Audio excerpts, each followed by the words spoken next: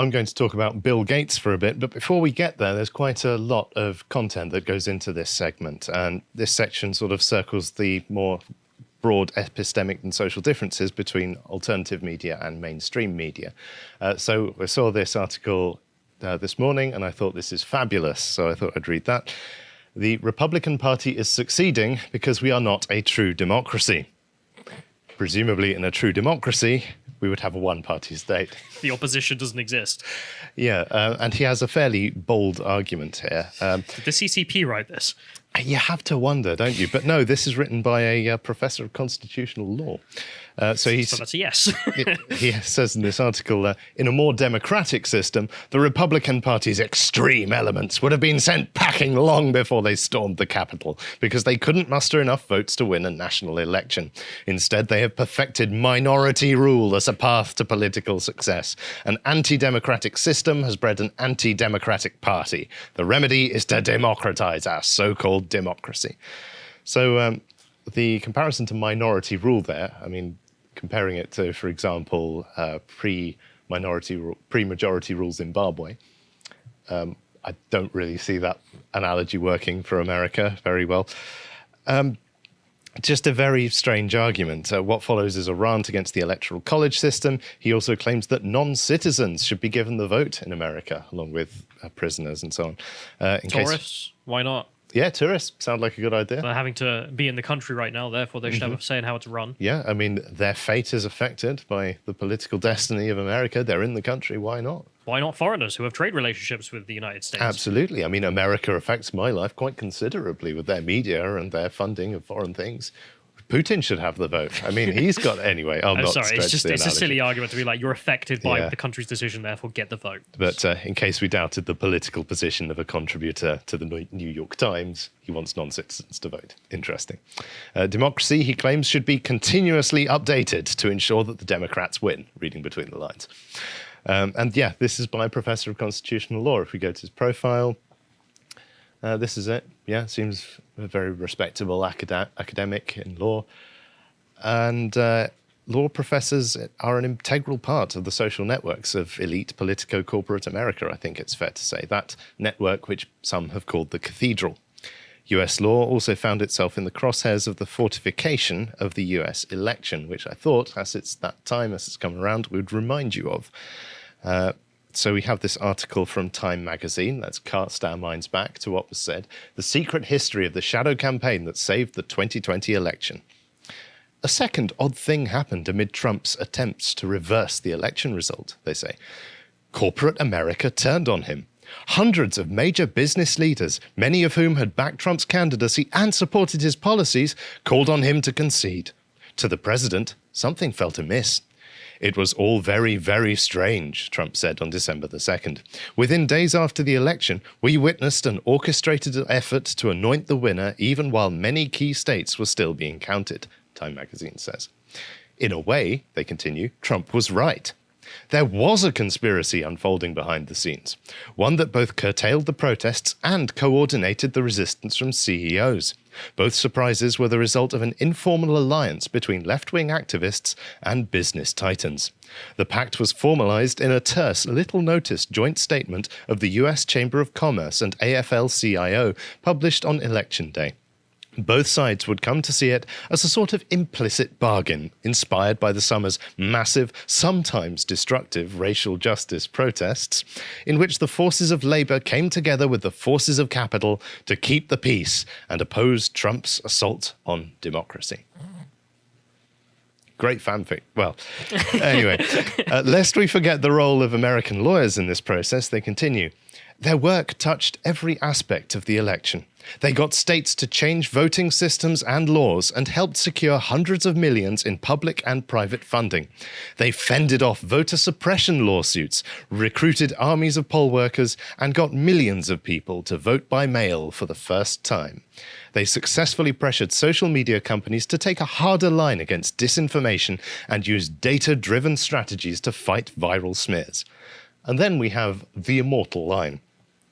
That's why the participants want the secret history of the 2020 election told, even though it sounds like a paranoid fever dream, a well-funded cabal of powerful people ranging across industries and ideologies, working together behind the scenes to influence perceptions, change rules and laws, steer media coverage, and control the flow of information. They were not rigging the election. They were fortifying it. Quite a bold statement, isn't it? Now, there is some criticism of this article, which I thought I'd bring in, and it's particularly from the left. They claim that it needlessly feeds the trolls by posing... Sorry. I know, right? Yeah. It needlessly feeds the trolls by posing things in a conspiratorial manner. There's certainly a sense that this article was written to go viral, and probably more among Republican circles than Democrat ones. But let's just take a quick look at their criticisms. So we have this article here from National Review, Irresponsible Hype from Molly Ball and Time magazine. And they list the things that she's done. They say here, Molly Ball mixes and matches together into a single stew the story of efforts to 1. Strategize among Democrats to beat Trump. 2. Change voting rules to allow more mail-in balloting. 3. Convince voters to vote by mail. 4. Finance protective equipment for polling places. 5. Win pre-election lawsuits for Democrats over Republicans. 6. Enlist big tech leaders such as Jack Dorsey of Twitter and Mark Zuckerberg of Facebook to actively police disinformation on their platforms. 7. Spread public awareness of the challenges of vote counting in 2020. 8. Promote in-person and mail-in turnout by black voters in particular. 9. Control the timing of street protests on the left. And 10. Pressure or convince Republican election officials and state legislators to resist Trump's post-election schemes.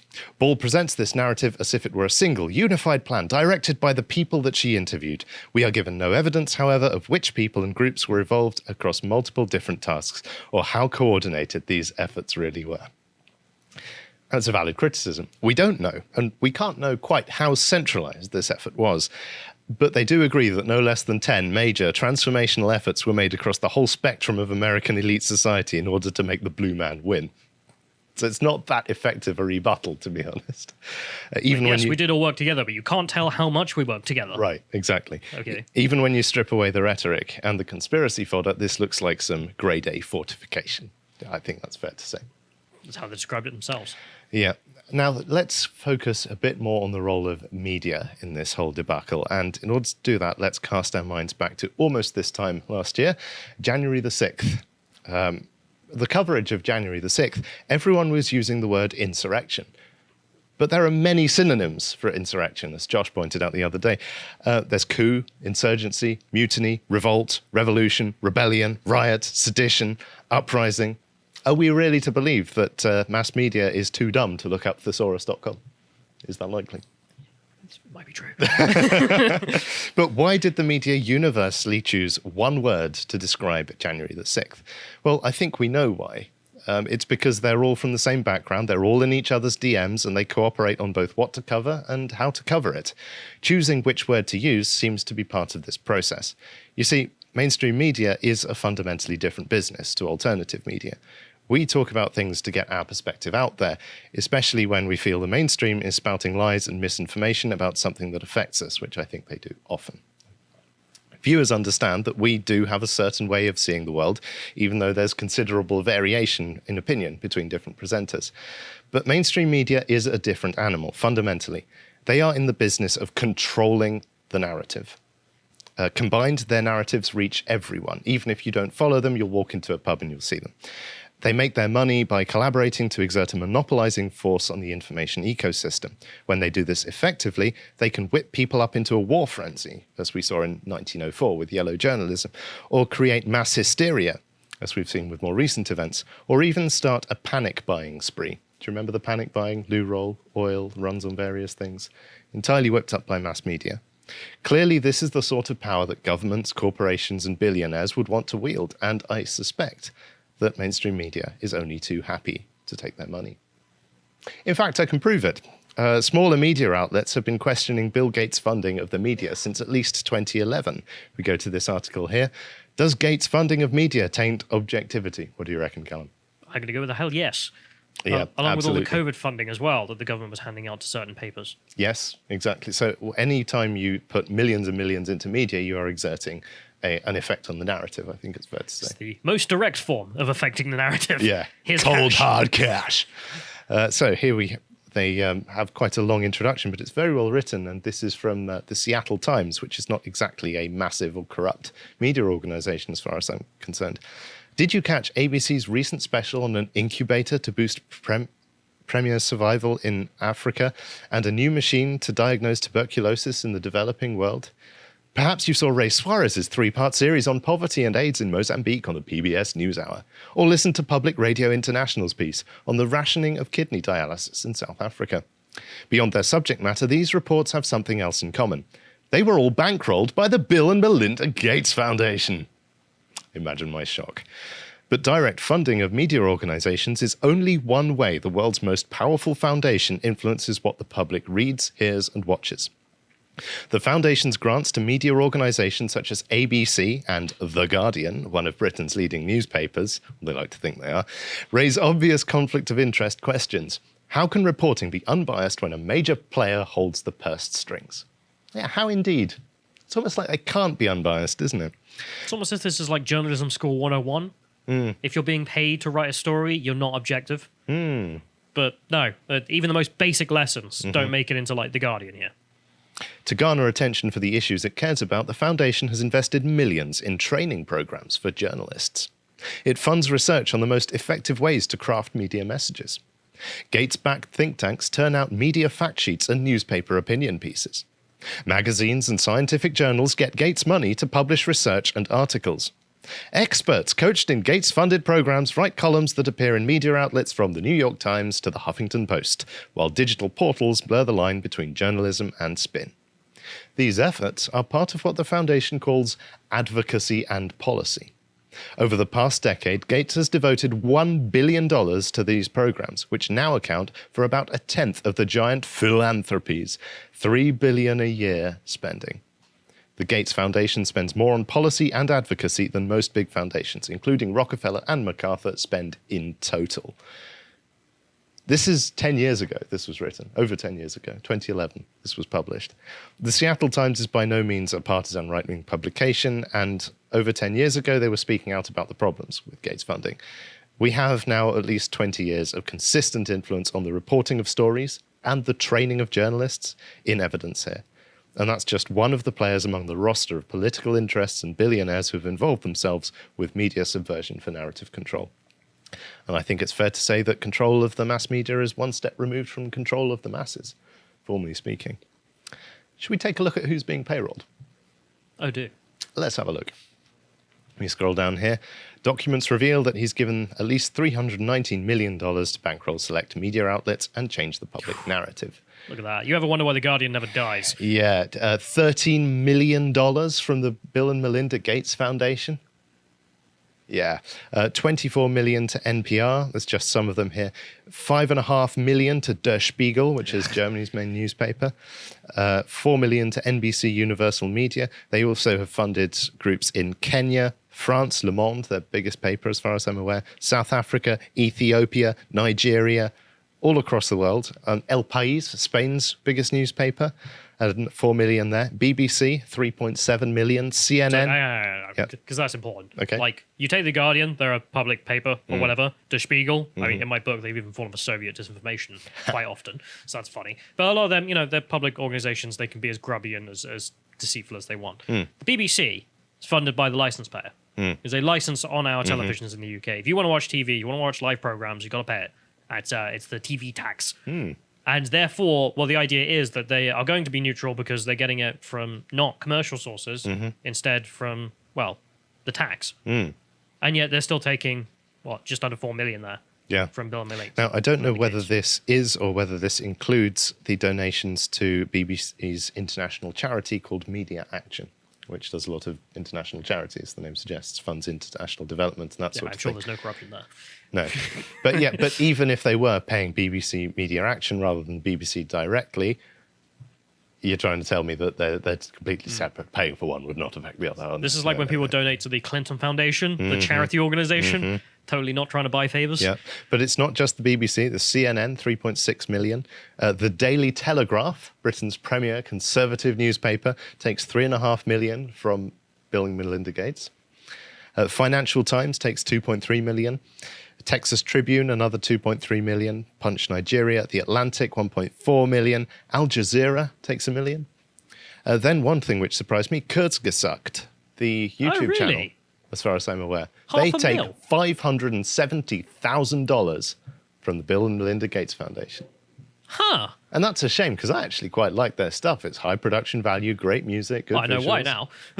Yeah, they're evidently putting that $570,000 to good use. They're not the only educational broadcasting company there, because also the Educational Broadcasting Corp is on there. A Classical 98.1 is there, which I believe is Classic FM, but I may be mistaken. It might be a different one. They've got 500,000. Medium.com, 400,000. It just keeps going, doesn't it? And Caixin Media in China gets 250,000. It goes on and on and on.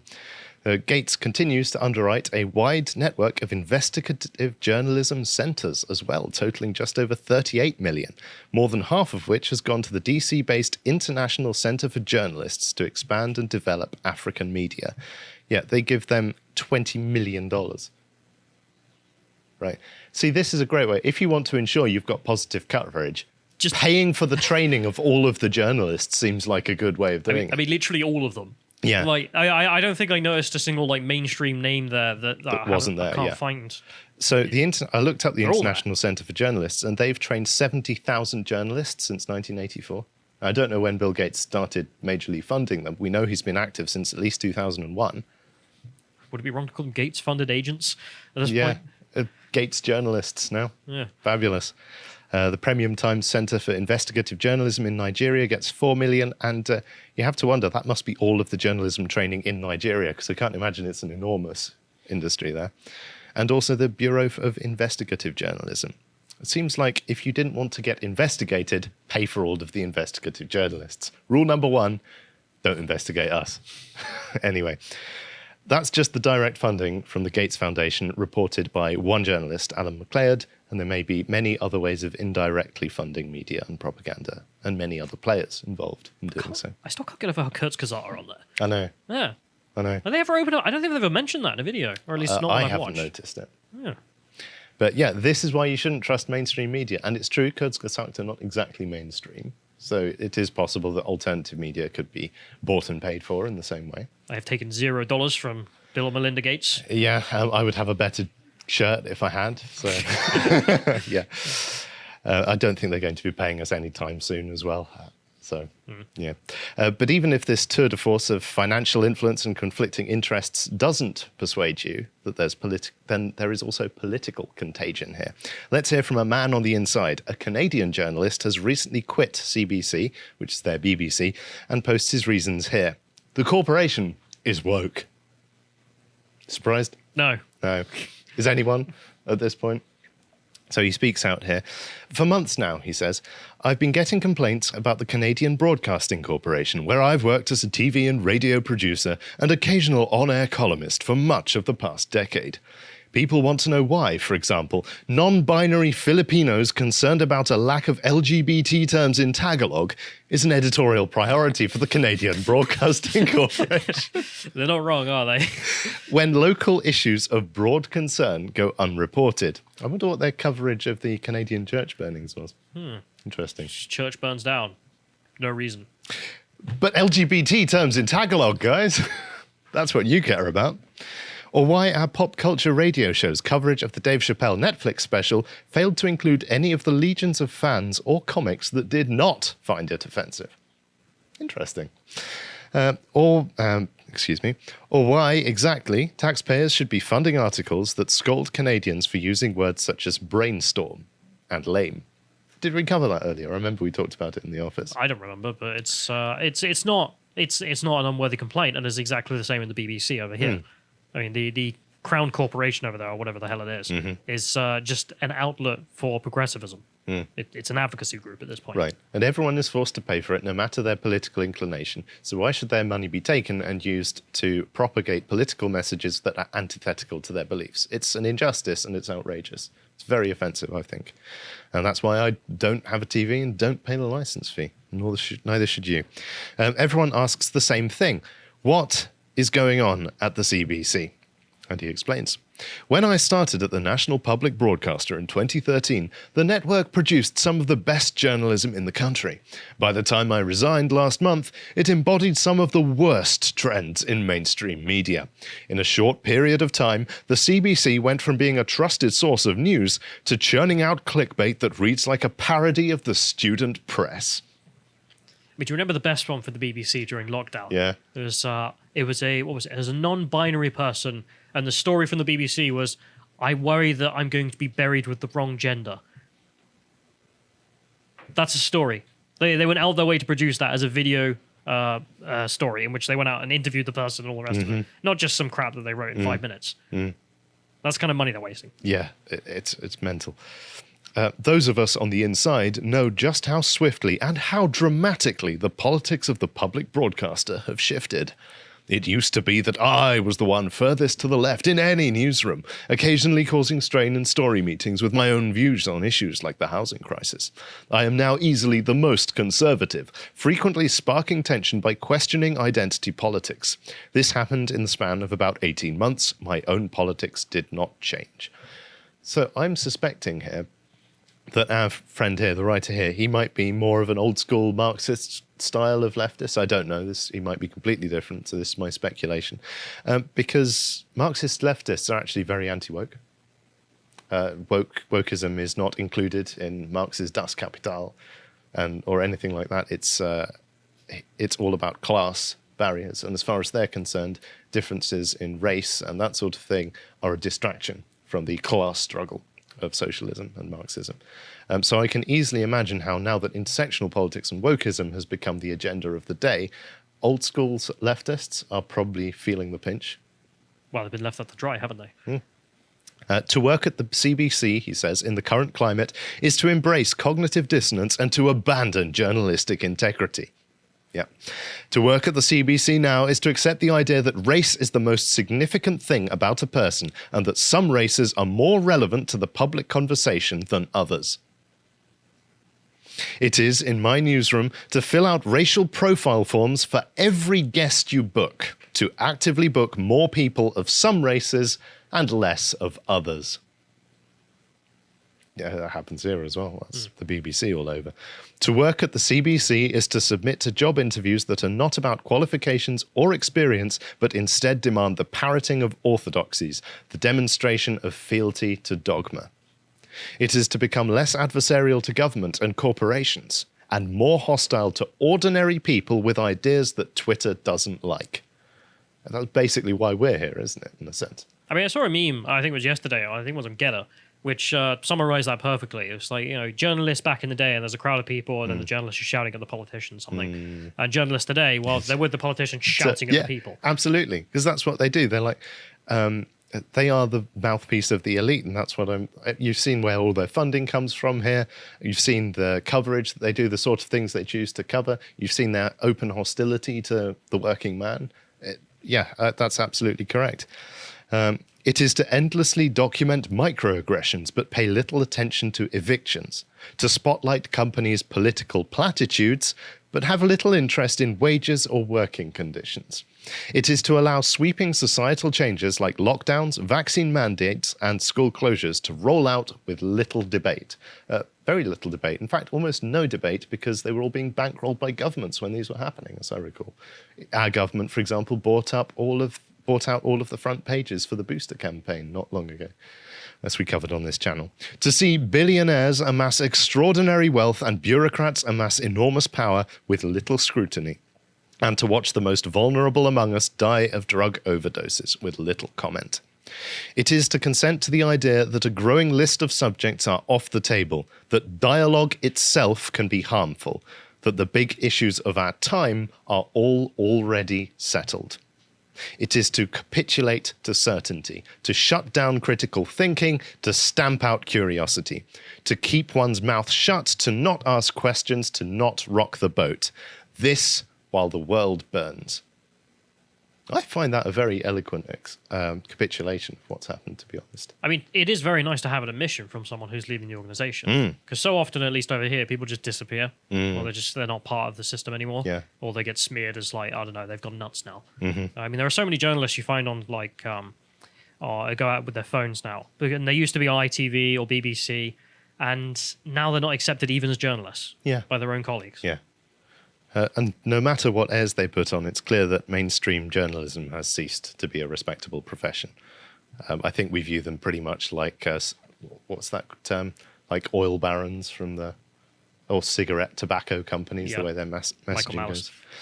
Anyone with integrity is jumping ship off of mainstream media, moving into podcasting or otherwise joining the world of alternative media, where it's about saying what we see and not controlling the narrative. So if you've joined us here today, welcome aboard. If you enjoyed that segment from the podcast, The Lotus Eaters, you can go to lotuseaters.com to get access to all the content we have on the site, such as this article from Hugo that is free, which is Why the Housing Crisis is Happening, in which he explores the real issues about why we have such a crisis in the West. If you'd like to find out what else is coming out on the website, you can always go to getter.com and follow us at lotuseaters_com. Thank you and goodbye.